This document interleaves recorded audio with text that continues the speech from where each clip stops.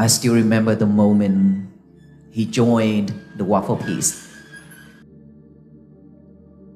The day he came, he looked straight to my eyes. And I still remember he asked me, "Where's my bags?" Because each monk is supposed to have 2 bags on our shoulders. And I say, "It's in the RV. It's in the RV.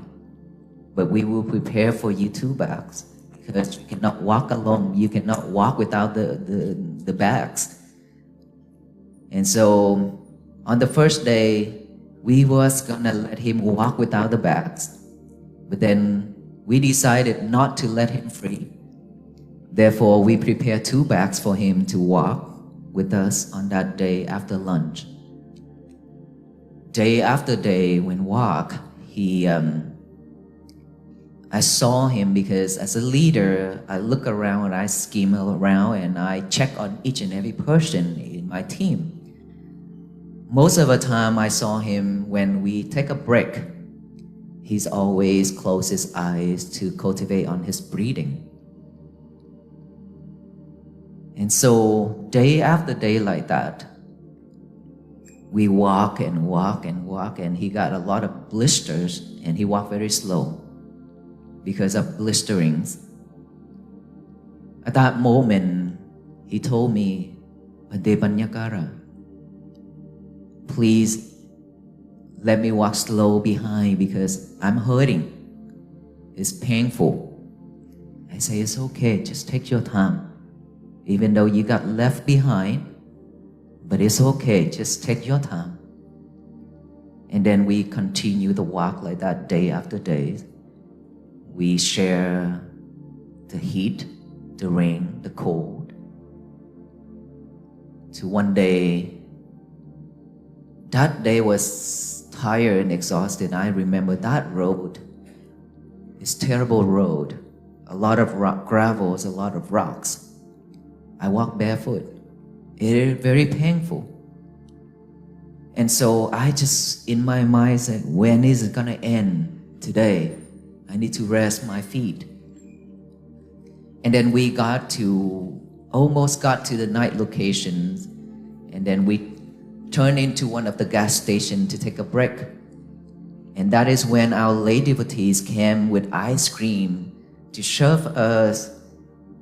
And we were so happy to have some ice cream when we are exhausted. And we had some ice cream, and then we start to continue the walk. Before the walk, I asked Luang Por Kamvan, and I asked Luang Por Dongphanit, Ajahn Dongphanit, can you stand up for everyone to see? He is the Vice President of Laos Sangha in the United States. And he is the one who ran for peace after me. And I asked him and I consult the team, shall we walk on the opposite directions or on the same direction of the traffic? And Luang Por and him and everyone say, you are the leader. You make the decision, we follow. And I was like, okay, so what if I make a wrong decision? And then he asked me, is there a big shoulder to walk on the same direction? I say, probably yes. And we walk out and look around, and I saw a wide shoulder. So we decided to walk on that. And that is the first day ever we got donated with the reflection vest by the commissioners. He is the one who put on my vest. I still remember. I was struggled to put it on, and he put it on for me. And then we walk, and I feel uneasy. When I walk in front, I feel so uneasy. Because during that day, at noontime, there was an accident already that almost hit us when we walk. And I thought that was it. That's it. No more. But luckily, we didn't get hit. It got hit and the car swing to outside, but then we already passed that. Just that much. So I thought it's finished for today because I have that feeling for the whole day. I didn't know that was just the beginning. And then we walk, and I feel uneasy, and I stop, and I hear the loud noise, boom. I rush to come back, and I just see everything just scattered around. Seeing him lying on the floor, on the ground, while the traffic still like 70, 80 miles rushing towards us with the very low flashlight. We try to stop traffic, and then accident again right at that location when they rushed, and then the car in front stopped, the car behind hit again. I came to him and I hold his head. I said, "Are you okay?" He said, "Yes, I'm okay." I told him, "Cultivate on your breathing." He said, "I am doing it right now." No crying, no screaming, no nothing. Calmly responded to my questions.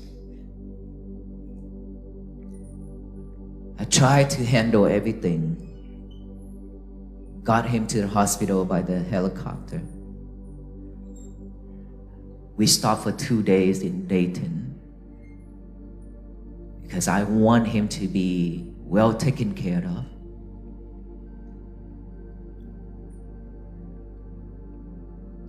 All of our team was uneasy at that moment. Those 2 nights was uneasy for us.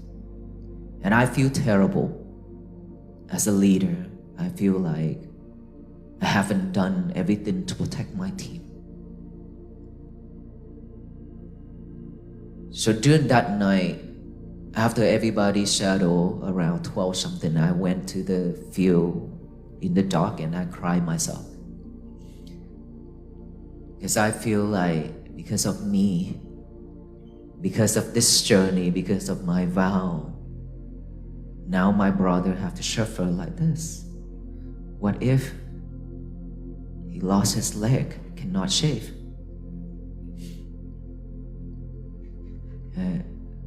That feeling for those 2 days and 2 nights was uneasy. And I continue trying to do the breathing. Finally, after talking with him, we continue the walk. And so I called him and he said, "Bhante,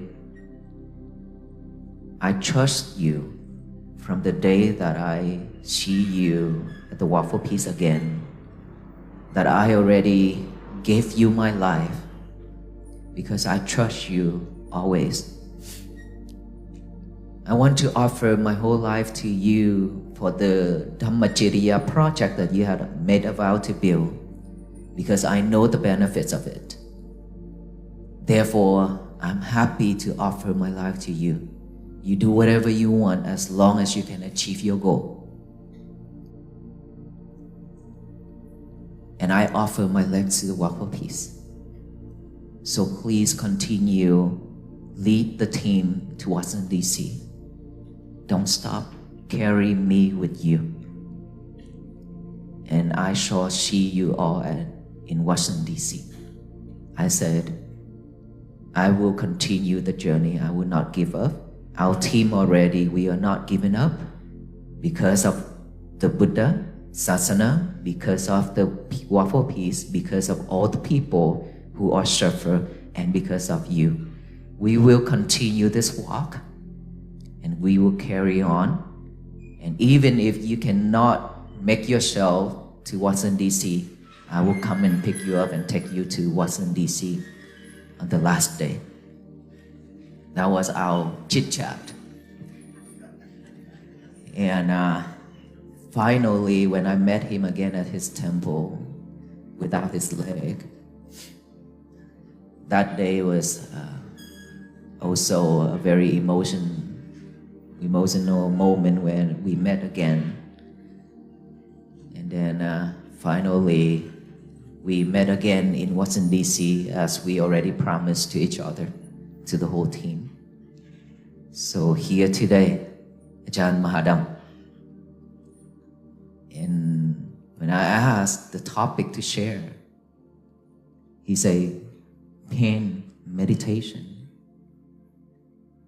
This is a new topic based on his experience of pain, because he been living with pain for that day until now, still in pain, right? Yes. Still in pain. It's not yet finished. So he will share with you all how to meditate with pain. This is the topic that I always share, that if we cannot prepare ourselves, we cannot overcome all these difficulties, what about our last days? How are we going to handle it? So let he share with all of us how to handle it, how to practice it. And of course, most venerable Bu Hieng, the most respected monk from Vietnam, will continue to translate for us. And this is Junior, this is Senior.